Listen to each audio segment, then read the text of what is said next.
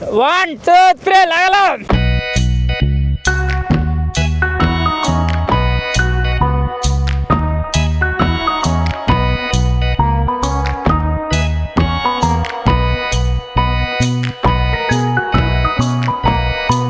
Friends, చెరువులో చేపలు పట్టడం ఓకే, కానీ సముద్రంలో కూడా పడితేనే కదా కిక్ ఉంటుంది. చెరువులో చేపలు పట్టినంత ఈజీ కాదు సముద్రంలో చేపలు పట్టడం, అది మీకు తెలుసు. కానీ నాకు ఒక ఫ్రెండ్ ఉన్నారనమాట, ఒక పెద్ద ఆయన నాకు ఒక 3 సంవత్సరాలుగా తెలుసు అనమాట.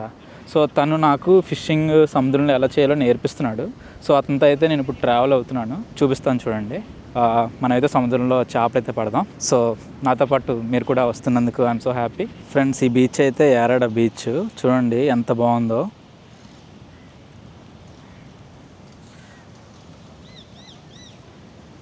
ఇక్కడ కొంతమంది వాలీబాల్ కూడా ఆడుతున్నారు. మనమైతే ఇక్కడికే ఫిషింగ్ చేయడానికి అయితే వెళ్తున్నాం. ఫ్రెండ్స్, నేనైతే చేపలు పట్టడానికి యారాడ బీచ్కి అయితే వచ్చాను. వైజాగ్లో ఉన్నటువంటి బీచ్ చాలా బాగుంటుంది. ఇక్కడైతే మనం ఒడ్డున కూర్చొని చేపలు అయితే పడతాం. ఒక్కసారి చేపలు పట్టే ముందు ఒక్కసారి ఇక్కడ ఉన్నటువంటి ప్రకృతి అందాన్ని అయితే చూడండి ఎంత బాగుందో. క్లౌడీగా చాలా బాగుంది. మీకు ఆ క్లౌడ్స్, ఆ సన్ మీకు నచ్చినట్లయితే లైక్ చేయండి. ఇప్పుడే నాతో పాటు వచ్చాడు, ఏమైందో తెలియదు, లోపల తాడు ఉంది. కొమ్మదీసి గాలం వేసి పెద్ద చేపలను పట్టిస్తారా ఏంటి, ఇదేంటో చూద్దాం. సో అక్కడ ఎల్లో కలర్ షర్ట్ వేసుకున్నారు కదా, అతనే మా గురువు గారు అనమాట. ఆయనే మనకు నేర్పిస్తున్నారు. ఒక అరగంట క్రితం వీళ్ళందరూ మాతో పాటు ఉన్నారు, కాకపోతే ముందు వస్తారు. మరి ఏమైందో తెలియదు, చూద్దాం ఏంటో ఇది. ఏటి లాగుతున్నారు? వల వేసారా? లాగలా? రాకముందే వేసారంట, అడక్కముందే. వస్తుంది రావట్లేదు వల. ఎప్పుడు ఎలా లాగుతారు? అలా రాదా? అందులో చేపలు ఉన్నాయా? ఓకే, వల రాయికి చిక్కుడిపోయినట్టు ఉంది. అతను అయితే వెళ్ళాడు ఆ చిక్కు తీయడానికి. అక్కడికి వెళ్ళి ఆ చిక్కు అయితే తీస్తున్నాడు. వీళ్ళు నిజంగా గ్రేట్ ఫ్రెండ్స్. ప్రాణాలకు కూడా లెక్క చేయకుండా వెళ్ళి ఆ వల చిక్కు తీయడానికి అయితే వెళ్తున్నాడు. అమ్మో, మునిగిపోతున్నాడు. ధైర్యం చేసి వెళ్ళాడు. చూడండి ఇక్కడ ఎంతమంది అయితే లాగుతున్నారు.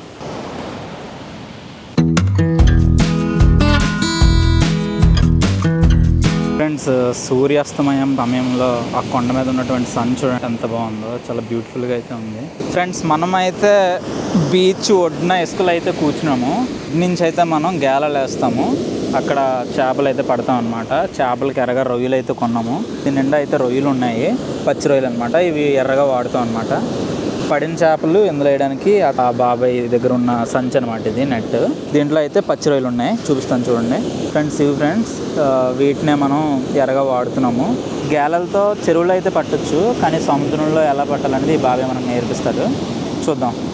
ఇక్కడ ఇద్దరు కుర్రోళ్ళు అయితే వచ్చి, బ్రో నువ్వు యూట్యూబర్ అని అడిగారు. అవును, నేను రీసెంట్గా ఛానల్ స్టార్ట్ చేస్తాను, వీడియోస్ అయితే చేస్తానని చెప్పాను. ఛానల్ నేమ్ ఏంటి అని అడిగారు. ఛానల్ నేమ్ ఎంటర్ చేస్తే సబ్స్క్రైబ్ చేసుకున్నారు అనమాట. నాకైతే చాలా హ్యాపీగా అనిపించింది. ఫ్రెండ్స్, మీకైతే చూపిస్తున్నాను చూడండి. ఇదే దీంతో అయితే చేపలు పడతారు. దీని లోపల చివరని చూసారా, ఇది ఒక పార్లా ఉంది, ఐరన్ రాడ్ లాగా. ఇది చాలా బరువు ఉంటుంది. అలాగే దీని లోపల చివరిన గేలలు ఉన్నాయి చూసారా, దీనికి రొయ్య పెట్టి చివరికి ఇసురుతారనమాట. ఇలా ఒడ్డు నుండి గేలలతో చేపలు పడడం సముద్రంలో నాకైతే మంచిగా అనిపిస్తుంది. మీకు కూడా ఇది నచ్చితే లైక్ చేయండి. బాబాయ్ అయితే సెటప్ చేస్తున్నాడు. మనమైతే రొయ్యలు ఒలిసి ఇలా పెట్టుకుంటున్నాం ఎర్ర కింద వాడడానికి. తర్వాత 2 ముక్కల కింద తీసుకొని ఒక్కొక్క ముళ్ళకి బాబాయ్ అయితే ఎర్ర పెడుతున్నాడు. ఒక రొయ్యని 3 ముక్కల కింద చేశారు. ఒక్కొక్క గేలంకి అయితే 5 ముళ్ళు ఉన్నాయి. 2-3 చేపలు ఒకేసారి పడొచ్చంట. ఏడా వా 5 అనుకున్నాను, కానీ 5 కాదు 7 అంట. 7, 5. మా గురువు గారిని చూపిస్తాను చూడండి. ఆయన పెద్ద ఆయన అసిస్టెంట్. అతని పేరు దేవుడు. సో వీళ్ళు నాకు ఒక 3 సంవత్సరాలుగా తెలుసు. ఇప్పుడు ఛానల్ అయితే పెట్టాను కాబట్టి వీడియో చేయాల్సి వస్తుంది. ఇప్పుడు ఇతను ఇసురుతాడు చూడండి ఫ్రెండ్స్, భలే ఇసురుతాడు, నాకు చాలా ఇష్టం. దూరంగా వెళ్ళాలి. అక్కడ 7 ముళ్ళు ఉన్నటువంటి గేలాన్ని ఆయన అయితే తిప్పాడు. రై మన తిప్పుతారు, హెలికాప్టర్ షాట్ వేస్తారు అనమాట. చూడండి,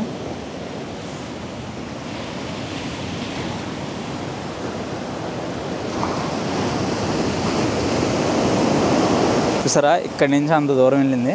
అలా ఒడ్డునేసిన కర్రను తీసుకొచ్చి మన అసిస్టెంట్ దేవుడికి అయితే ఇచ్చాడు బాబాయ్. ఇంకా మనం దీన్ని పట్టుకొని కూర్చోడం. ఫ్రెండ్స్, చూసారు కదా, నా చేతిలో అయితే తాడు ఉంది. అండ్ ఆ తాడు అలా చివరి వరకు బీచ్ వరకు వెళ్ళిందనమాట. సో లోపల ఏదైనా చేప కొరికినా కదిపినా సరే నాకు ఇక్కడ వైబ్రేషన్ వచ్చి తెలుస్తుంది అనమాట. చిన్నది సురుకుమన్నట్టు లాగుతుందంట. అప్పుడు మనం తెలుసుకొని అది చేప అని చెప్పేసి పట్టుకొని లాగాలంట. ఈ వైబ్రేషన్ నాకు ప్రతిదీ చురుకుమన్నట్టే ఉంది. దేవుడు బాబాయ్, ఎలా వస్తుంది సౌండ్? అవునా, ఇలా లాగినట్టు ఉంటుందా? ఓకే.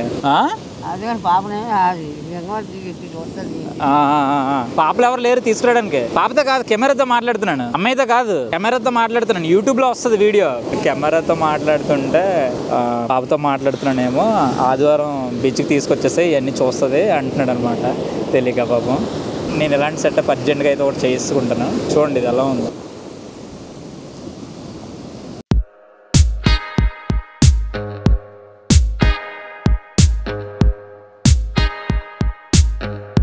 వీళ్ళు చక్క రాయిలు కూడా సెట్ చేసుకున్నారు. ఇక్కడ నుంచి కూర్చొని చేపలు అయితే పడతారు. బాగుంది కదా వీళ్ళ లైఫ్.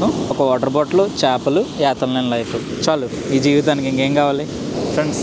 ఇక్కడ వెదర్ అయితే మాత్రం చాలా బ్యూటిఫుల్గా ఉంది ఫ్రెండ్స్. చూడండి ఆ క్లౌడ్స్ అవన్నీ ఎంత బాగున్నాయో. నిజంగా నాకైతే చాలా నచ్చింది.